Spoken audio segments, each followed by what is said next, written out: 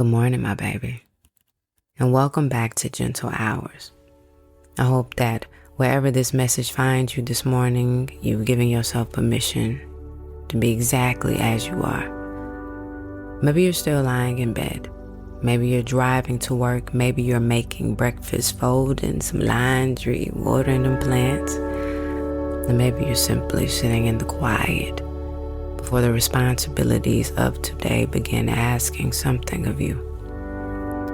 Whatever this morning looks like, I'm grateful that you decided to spend a little bit of your time with me. Now, before we begin, let's settle ourselves the way we always do, because I don't want us to rush into another day carrying everything that yesterday left behind. Take a slow, deep breath in through your nose. Hold it. Now release it slowly through your mouth. Again. Breathe in deeply, allowing your shoulders to soften and your jaw to unclench, because I know some of you have been carrying some tension in places in your body that was never designed to be held. Hold that breath for just a moment and now let it go. One more time. Breathe in peace and breathe out the pressure to become more before you acknowledge for who you already are.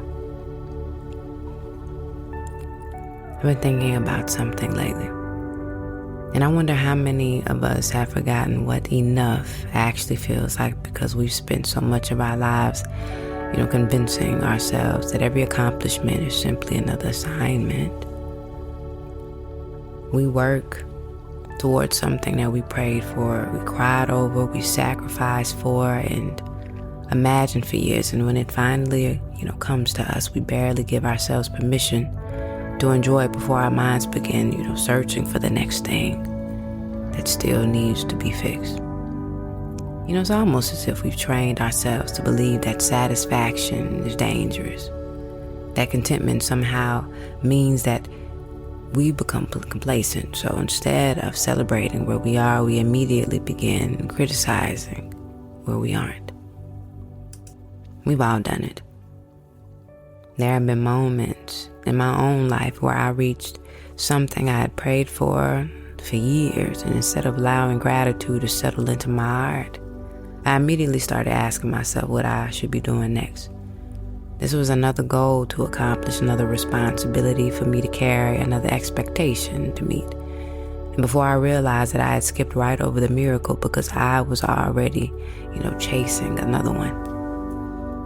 And I wonder often, why do we do what we do without even noticing? I wonder how many prayers we've watched become reality, and we're still telling ourselves that we are behind. I wonder how many times we've asked God for something with tears in our eyes, only to receive it and just treat it like it wasn't supposed to happen, all along. And sometimes I think we become so familiar with striving that we no longer recognize rest when it finally comes to us. We've kind of made exhaustion feel productive. We've made being overwhelmed feeling important. We've made carrying everything feel like evidence that we're doing something correctly. And because we've normalized that way of living, stillness almost makes us uncomfortable. You finally have a free afternoon, and instead of enjoying it, you start looking for something else to clean. You finally sit down and suddenly you remember the things that need to be done. You finally receive good news, and somehow your mind starts preparing for everything that could still go wrong. It's almost like peace knocks on the door, and we don't recognize it because we become so accustomed to entertaining pressure instead. Baby, the message is, let it just be enough.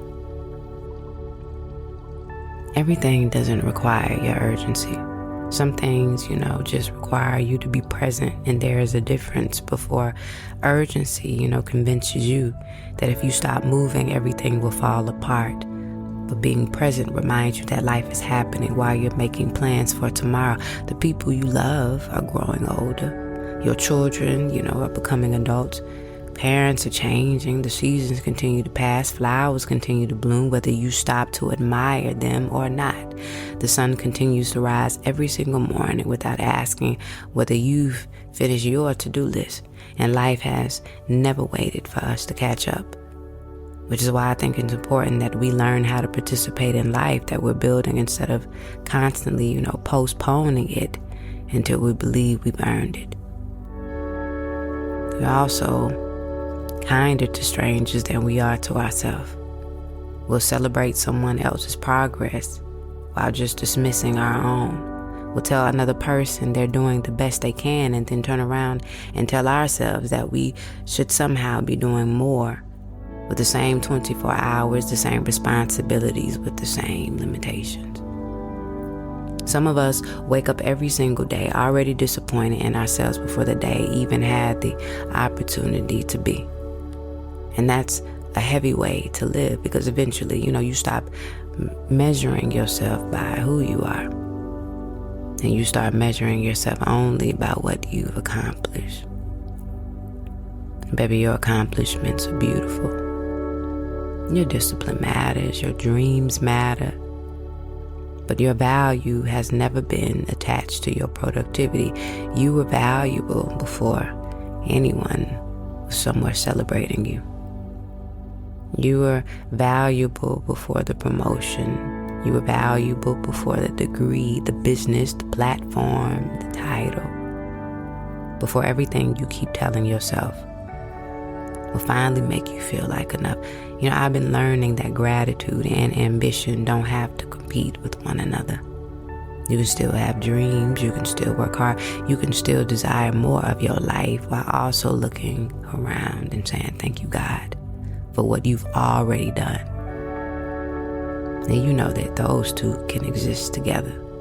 Gratitude keeps ambition from becoming greed. Gratitude reminds us that today's answer prayer was once yesterday's impossible situation. Today isn't asking you to accomplish something out of the ordinary. Today is simply asking you to notice what you've already been overlooking. I want you to just acknowledge the small things, the laughter, the quiet. Maybe that roof over your head. Notice that your heart is still hopeful after everything that you have been through and survived through. Notice that you are still here. And don't overlook that. Baby, let it be enough. And I know there were moments, when you didn't know how everything was going to work itself out. There were some seasons, my baby, that exhausted you, conversations that really changed you, and disappointments that humble you. And there were nights when you cried yourself to sleep, and mornings you had to gather every ounce of strength just to get out of bed and pretend that everything was okay. And baby, yet here you are. Maybe not exactly who you thought you'd be. Maybe not exactly where you imagined you'd be, but you're here, you're healing, you are growing. Baby, you are becoming. And please don't rush past the version of yourself trying to get to another one. You deserve to be acknowledged too. Before we leave each other this morning, I want us to take one last deep breath together. Breathe in. Hold it. And as you exhale, release the belief that you have to constantly improve your worth, my baby. Again. Breathe in the gratitude for where you are. And breathe out the pressure to always be somewhere else. One last breath. Breathe in the understanding that you are still growing, and breathe out the lie that growth means you can never appreciate where you've already come.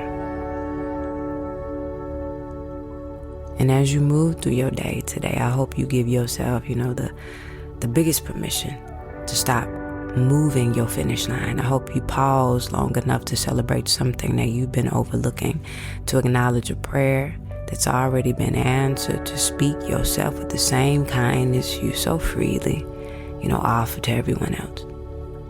Life is not only waiting for you at the next accomplishment, it is happening right now, in the ordinary Monday, in this quiet morning, in this breath that you've just taken. So before you ask more of yourself today, take one moment and simply say, for today, let it be enough. I love you. Have a beautiful day, and I'll meet you back here next Monday for another Gentle Hours. Until then, be gentle with yourself, my baby.